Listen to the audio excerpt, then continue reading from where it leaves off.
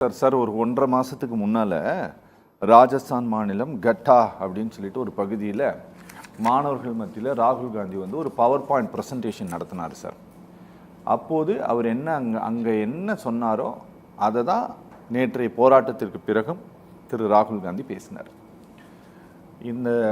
இந்த நாட்டில் இந்த நீட் தேர்வை மாத்திரமே மையப்படுத்தி கிட்டத்தட்ட 1.25 லட்சம் கோடிக்கு மேலே வர்த்தகம் நடக்குது அப்படின்ட்டு. இந்த தேர்வு முறை என்பது பணம் ஈட்டக்கூடிய ஒன்றாகிவிட்டது, மாணவர்களுக்கு இது வந்து எதிரானதாக இருக்குன்ட்டு அவர் 1.5 மாதத்துக்கு முன்னாலேயும் சொன்னார், அதுக்கு முன்னாலேயும் சொல்லியிருக்கிறாரு.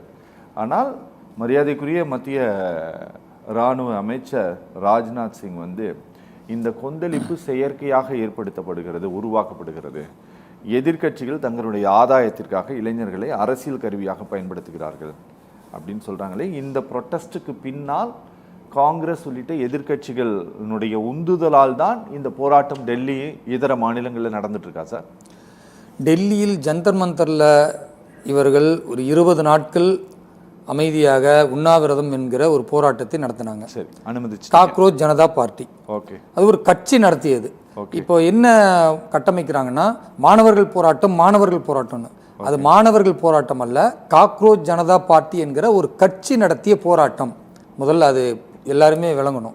ரெண்டாவது, அந்த கட்சி அனுமதி வாங்கி நான் முடிச்சுக்கிறேன், அதுதான் சொல்றேன். அந்த இது எதுல இருந்தாலும் அவர்கள் வச்சிருக்கிற என்ன பெயரோ அந்த பெயரின் அடிப்படையில் அனுமதி வாங்கி தான் அங்கே நடத்தியிருக்கிறாங்க.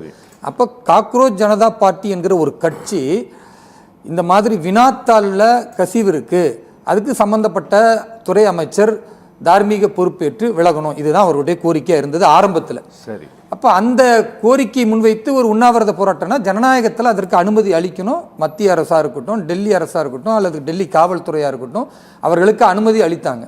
அவர்கள் அங்கே போராடிய வரைக்கும் ஜனநாயகத்தின் அடிப்படையில் அவர்களுக்கு பாதுகாப்பை இதே காவல்துறை தான் கொடுத்தது.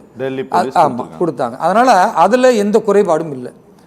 எப்பொழுது இந்த பிரச்சனை 2ஆம் கட்டத்தை நோக்கி போகுதுன்னா, இதில் பல்வேறு சமூக விரோத சக்திகளும் பல கட்சிகளும் உள்ள நுழைஞ்சி இதை இந்த மாணவர்களோடு சேர்ந்து இந்த கட்சியினரும் இருக்கக்கூடிய சூழலில் எல்லோரும் நாங்கள் பாராளுமன்றத்தை நோக்கி நடைபயணம் மேற்கொள்வோம் அப்படின்னு சொல்லும் பொழுது அடிப்படையில் ஒரு 50 பேர் போனால் 100 பேர் போனால் கட்டுப்படுத்தலாம், அவர்கள் ஒரு பேருந்தில் ஏற்றலாம், மறிக்கலாம், இதெல்லாம் இயல்பாக நடக்கும். இப்போ தமிழகத்தில் கோட்டையை நோக்கி முற்றுகைன்னு போவாங்க, ஒரு 100 பேர் 50 பேர் இருந்தால் என்ன பண்ணுவாங்க, தடுத்து நிறுத்தி கொண்டு போவாங்க. ஆனால் அதுவே 20,000 பேர் 30,000 பேர் நாங்கள் முற்றுகை போகிறோன்னு போனால் இன்றைக்கு பேசக்கூடிய காங்கிரஸ் கம்யூனிஸ்ட் எல்லாரும் இங்கே பேசுகிறாங்கல்ல, இந்த காக்ரோச் ஜனதா பார்ட்டி ஆதரிச்சு இவர்கள் இல்லை அவர்களே கூட போனால் கூட லத்தி சார்ஜ் பண்ணுவாங்க. இன்றைக்கி அந்த மாதிரி லத்தி சார்ஜ் நடந்திருக்கு. கம்யூனிஸ்ட் கட்சிக்காரர்கள் இந்த காக்ரோச் ஜனதா பார்ட்டியை ஆதரித்து தமிழகத்தில் நடந்த போராட்டத்திற்கு தமிழக காவல்துறை அவர்கள் மீது லத்தி சார்ஜ் பண்ணியிருக்கு.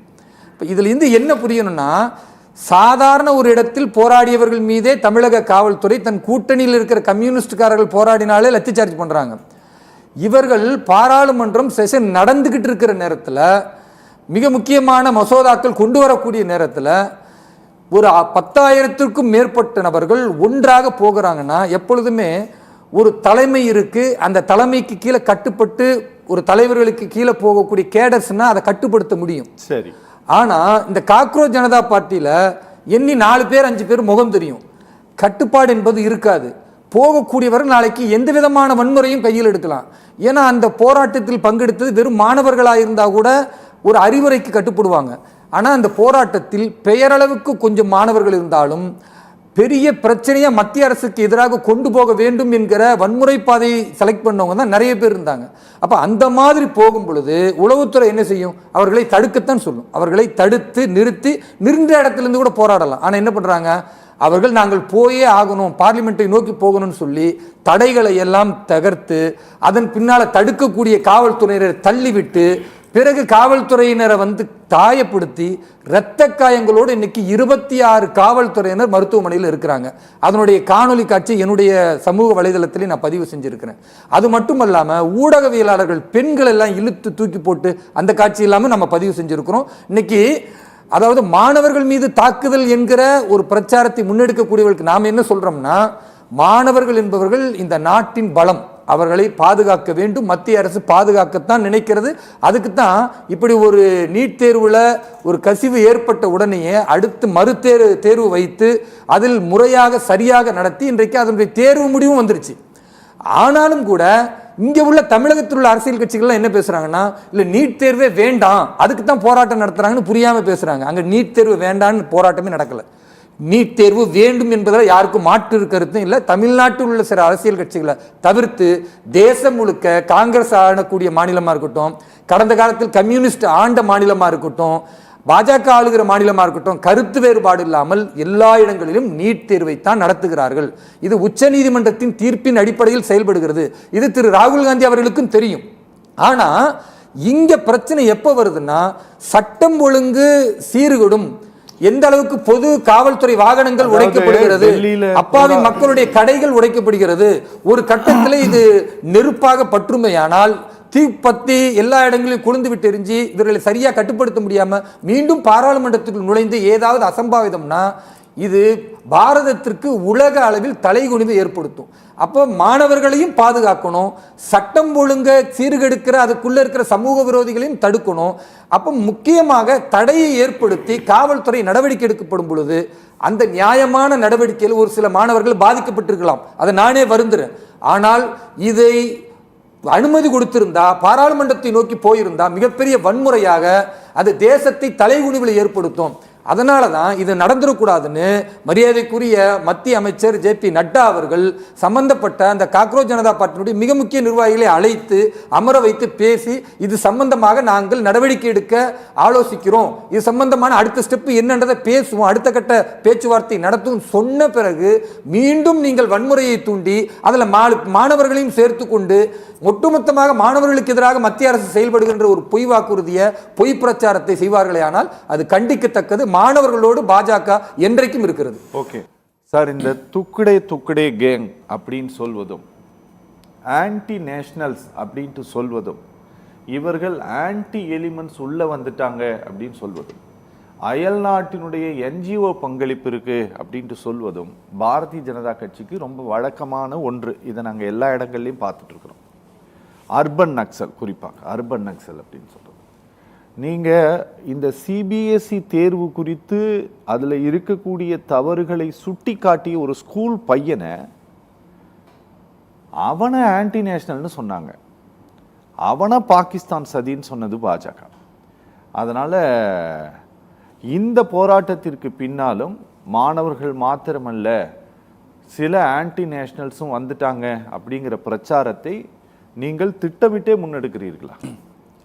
இது போகிற போக்கில் இதற்கு முன்னால் நடந்த விஷயங்களில் போராடியவர்கள் எல்லோரையுமே பாரதிய ஜனதா கட்சி வந்து ஆன்டி நேஷனல் சொல்லிட்டாங்க அல்லது அர்பன் நக்சல் சொல்லிட்டாங்க என்பதெல்லாம் கிடையாது. நாங்கள் ஒருவரை சொல்லுகிறோம்னா அதற்கு நியாயமான காரணங்கள் சொல்றோம். இப்போ பியூஷ் கோயல் போன்றவர்களை அர்பன் நக்சல்னு சொல்லலாம். ஏன் சொல்லலாம்? நம்முடைய பாரத பிரதமரையே இழிவுபடுத்தி பேசக்கூடிய ஒரு நபரை அப்படித்தான் சொல்லணும். அப்ப அது மாதிரி சம்பந்தப்பட்ட நபர்கள் தவறாக தேசத்திற்கு எதிராக நாட்டின் இறையாண்மைக்கு எதிராக பாரத பிரதமரை இழிவுபடுத்தும் விதமா பேசினா அவர்களை சொல்லுவதில் தவறில்லை என்பதில் நாங்க உறுதியா இருக்கோம். நீங்க அவரை 10 தடவை கூட அர்பன் நக்சல்னு சொல்லுங்க. இல்ல, நான் உங்களுக்கு ஒண்ணே ஒண்ணு மட்டும் சொல்லிடுறேன். ஆனா இந்த நாட்டினுடைய உள்துறை இலாக்காவினுடைய கோப்புகள்ல அல்லது இந்த நாட்டின் போலீஸ் ஃபோர்ஸ் இருக்குல்ல, போலீஸ் ஃபோர்ஸ், டிஃபென்ஸ் ஃபோர்ஸ், எந்த ஃபோர்ஸ் வேணா எடுத்துக்கோங்க, எதிலும் கிடையாது அர்பன் நக்சல் என்ற சொல் அப்படின்ட்டு நான் சொல்ல. இந்த நாட்டினுடைய உள்துறை அமைச்சர் எழுத்துப்பூர்வமாக பார்லிமெண்ட்ல கொடுத்திருக்காரு. நீங்க யாரை வேணா அர்பன் நக்சல்னு சொல்லிக்கீங்க, ஆனா அர்பன் நக்சல் என்ற வார்த்தையை இந்தியாவினுடைய உள்துறை அமைச்சகத்தினுடைய பயன்பாட்டிலேயே இல்லைன்ட்டு இந்த அரசு சொல்லியிருக்கு. தமிழ் மொழியில பல வார்த்தைகள் இல்லாததை நம்ம பேசுறோம். புழக்கத்துல மக்களுக்கு ஈஸியா எதை கன்வே பண்ண முடியுமோ அதற்காக புழக்க மொழின்னு ஒன்று இருக்கு. அது எல்லாமே நீங்க ரெக்கார்டிக்கலாம். இந்த இலக்கண பிழை இருக்கு, இதுல இலக்கணத்தின் அடிப்படையில் தமிழ்ல இந்த வார்த்தையில் நம்ம சொல்ல மாட்டோம். அது மாதிரி தான் அதை எடுத்துக்கணும். நான் என்ன சொல்றேன்னா, இங்கு நடந்த காக்ரோச் ஜனதா பார்ட்டியினுடைய அந்த கூட்டம் என்பது வன்முறையாக மாறியதற்கு யார் காரணம்னா, முதலில் சட்டத்தை மதிக்காமல் அனுமதி வாங்காமல் பாராளுமன்றத்தை நோக்கி நடந்தது முதல் தவறு. சரி. ரெண்டாவது, அதுல பேசியவர்களுடைய அந்த காணொலியில யாரெல்லாம் அடிக்கப்பட்டார்கள், காயப்பட்டார்கள் என்பதை மட்டும் காட்டி ஒரு அனுதாப அலைய காங்கிரசும் சில அர்பன் நக்சல் சொல்லக்கூடியவர்கள் உருவாக்குகிறார்கள். ஆனால் நாங்கள் என்ன சொல்றோம்னா, அங்கு காவல்துறையினர் ரத்தம் சிந்தி 26 பேர் இன்னைக்கு மருத்துவமனையில் இருக்கிறாங்கல்ல, அந்த ரத்தம் மண்டை உடைஞ்சு போனாங்கல்ல, ஏன் அதை காட்டி இந்த மாதிரி ஒரு அநியாயம் நடந்திருக்கின்ற அந்த அனுதாபம் காவல்துறையின் மீது வரக்கூடாதான்னு நான் கேட்குறேன். அதே அனுதாபம் ஊடகவியலாளர்கள் பெண்கள் போனாங்களா, அவங்களை பிடிச்சி இழுத்து கெட்டி பிடிச்சி இந்த பக்கம் தள்ளி அவர்களை பாலியல் ரீதியான ஒரு பெரிய துன்புறுத்தலை சமூக வலைதளத்தில் இன்னைக்கு பார்க்குறோமே, அந்த பெண்கள் மீது அந்த அனுதாபம் வராதான்னு நான் கேட்குறேன்.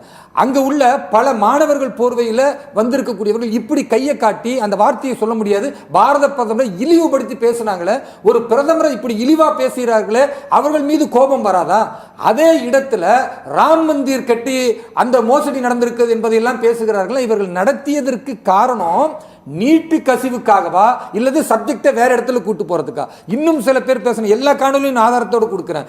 இன்னும் சில பேர் பேசுறாங்க ஆர்டிகல் 370 மீண்டும் கொண்டு வரணும்னா அதுக்காகவா இங்க நீங்க காக்ரோச் ஜனதா பார்ட்டி கூடுனீங்க? அப்போ உங்களுடைய நோக்கம் வினாத்தால் கசிவுன்னா அதற்கு மத்திய அமைச்சர் உங்களை அழைக்கிறாரு, நீங்க போய் பார்க்குறீங்க, நடவடிக்கை எடுக்கப்படும் திரு JP நட்டா சொல்லுகிறார். அதற்காக அடுத்த கட்ட பேச்சுவார்த்தை தொடரும் சொல்லியாச்சு. மீண்டும் நீங்கள் வன்முறையை கையில் எடுத்து, திரும்பவும் சொல்றேன், இதில் மாணவர்கள் அப்பாவிகளாக சில பேர் அங்கு மாட்டிக்கொண்டார்களே தவிர மாணவர்களை வைத்து விளையாடக்கூடிய ஒரு மோசமான அபாயகரமான விளையாட்டை காங்கிரஸ், கம்யூனிஸ்ட், அங்க இருக்கக்கூடிய சில அடிப்படை சக்திகள் உருவாக்குவதனால இது நாடு முழுக்க மாணவர்களிடத்தில் தேவையற்ற கொந்தளிப்பை ஏற்படுத்துறாங்க. இன்னும் சொல்றாங்க இது இலங்கையில வந்துச்சு, அதே மாதிரி பங்களாதேஷ்ல வந்துச்சு. அப்ப அங்க வந்த வன்முறை, அங்கு பல்லாயிரக்கணக்கான மக்களுடைய சொத்துக்களை சூறையாடி அந்த நாடே நாசமா போய் பிறகு ஆட்சி மாற்றம் ஏற்பட்ட மாதிரி இங்க தேசம் முழுக்க வன்முறையும், தேசம் முழுக்க உயிரிழப்பும், தேசம் முழுக்க பொது சொத்துக்களை சேதமடைத்து நம்முடைய பிரதமருடைய இல்லத்திலிருந்து ஜனாதிபதிகள் இல்லம் வரைக்கும் கொளுத்தி அந்த மாதிரிலாம் நீங்க தாண்டவம் ஆடிய பிறகு ஒரு மாற்றம் என்று நினைக்கிறீங்களா? அல்லது பாரதம் போன்ற ஒரு நாட்டில் கருத்தியலை பேசக்கூடிய, நம்முடைய நாட்டின் பண்பாட்டை கலாச்சாரத்தை பிரதிபலிக்கக்கூடிய அற்புதமான இந்த தேசத்துல பாராளுமன்றத்திலேயோ அல்லது மக்கள் மன்றத்திலோ வைத்து தேர்தலின் மூலம் மாற்றத்தை கொண்டு வரணும் என்ற இந்த சிந்தனையை தூக்கி எறிந்துவிட்டு வன்முறையின் மூலம் கொண்டு வரணும்னு இந்த விவாதத்தில் பேசுற எல்லாரும் பேசுறாங்கன்னு எனக்கு அதிர்ச்சியா இருக்கு. மக்களின் மீது இன்னைக்கு இப்ப பேசின ராம சுப்பிரமணியன் சார் அதை தான் சொன்னாரு, அங்க நடந்துச்சு, பங்களாதேஷ் நடந்துச்சு, அது மாதிரி இங்க கூடுகிறார்கள்னா அப்ப வன்முறையை தூண்டுவதற்கு கூடினால் மத்திய அரசு அதை இரும்பு கரம் கொண்டு அடக்கும். ஜனநாயகத்தின் அடிப்படையில் அவருடைய உரிமைகளை பேசுவதாக இருந்தால் பாரத பிரதமராக இருக்கட்டும், மத்திய அமைச்சர்களாக இருக்கட்டும், கதவு திறந்திருக்கிறது, வாருங்கள் பேசுவோம் என்று இன்றைக்கு பாதுகாப்புத்துறை அமைச்சர் திரு ராஜ்நாத் சிங் அறிவித்திருக்கிறார். மாணவர்களை பாதுகாக்கணும், மாணவர்கள் நல்ல முறையில் உயர வேண்டும், மாணவர்கள் தான் இந்த நாட்டின் வளம் பலம் என்பதை பாரத பிரதமர் சொல்லி இருக்கிறார். அந்த அடிப்படையில் பாரதிய ஜனதா கட்சி என்றைக்கும் செயல்படும். சார் எதை சொல்ல விரும்புறீங்களா? நான் நிகழ்ச்சி நான் முடிக்க போறேன்.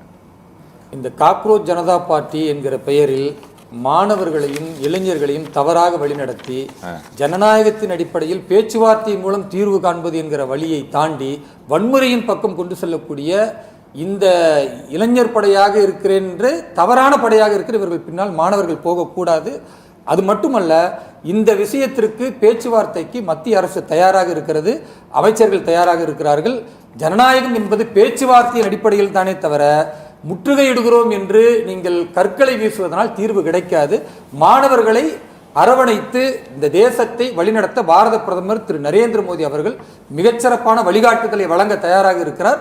மக்களும் அவருக்கு ஆதரவு அளிக்கிறார்கள். மாணவர்கள் புரிந்து கொள்வார்கள் நியாயம் யார் பக்கம் இருக்கிறது, மாணவர்களை தவறாக இந்த காக்ரோச் ஜனதா பார்ட்டி எவ்வாறு தூண்டுகிறது என்பதை இன்னொரு ஒரு வார காலத்திற்குள் இந்த சம்பவத்திற்கு பின்னணியில் இருக்கக்கூடிய அத்தனையும் வெளிப்படையாக ஊடகத்திற்கும் காட்டப்படும். ஓகே சார், ரொம்ப நன்றி சார். அடக்குமுறை மட்டுமல்ல சார், அணுகுண்டே போட்டாலும் அழிந்து போகாத ஒரு உயிரினத்தின் பெயரில் நீங்கள் சொல்லக்கூடிய அந்த பார்ட்டி அமைந்திருக்கிறது சார். இந்த அரசு என்ன செய்ய போகுதுன்ட்டு எங்களுக்கு தெரியல சார். நாங்களும் பார்த்துட்டு இருக்கிறோம். நீங்கள் சொல்வது போல ஒரு வாரம் கழிச்சு நீங்கள் என்ன சொல்கிறீங்கிறத நாங்களும் பார்ப்பதற்கு ரொம்ப ஆர்வமாக இருக்கிறோம். இன்றைய உங்களுடைய வருகைக்கும் பங்கேற்புக்கும் ரொம்ப நன்றி நேயர்கள் மற்றும் நிர்வாகம் சார்பாக.